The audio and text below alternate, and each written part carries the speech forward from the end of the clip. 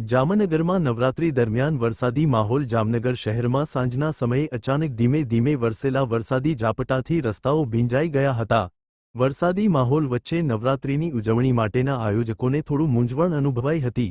તેમ છતાં વાતાવરણમાં ઠંડક પ્રસરી જતા ખેલૈયાઓ માટે નવરાત્રીની રાત વિશેષ બની ગઈ હતી।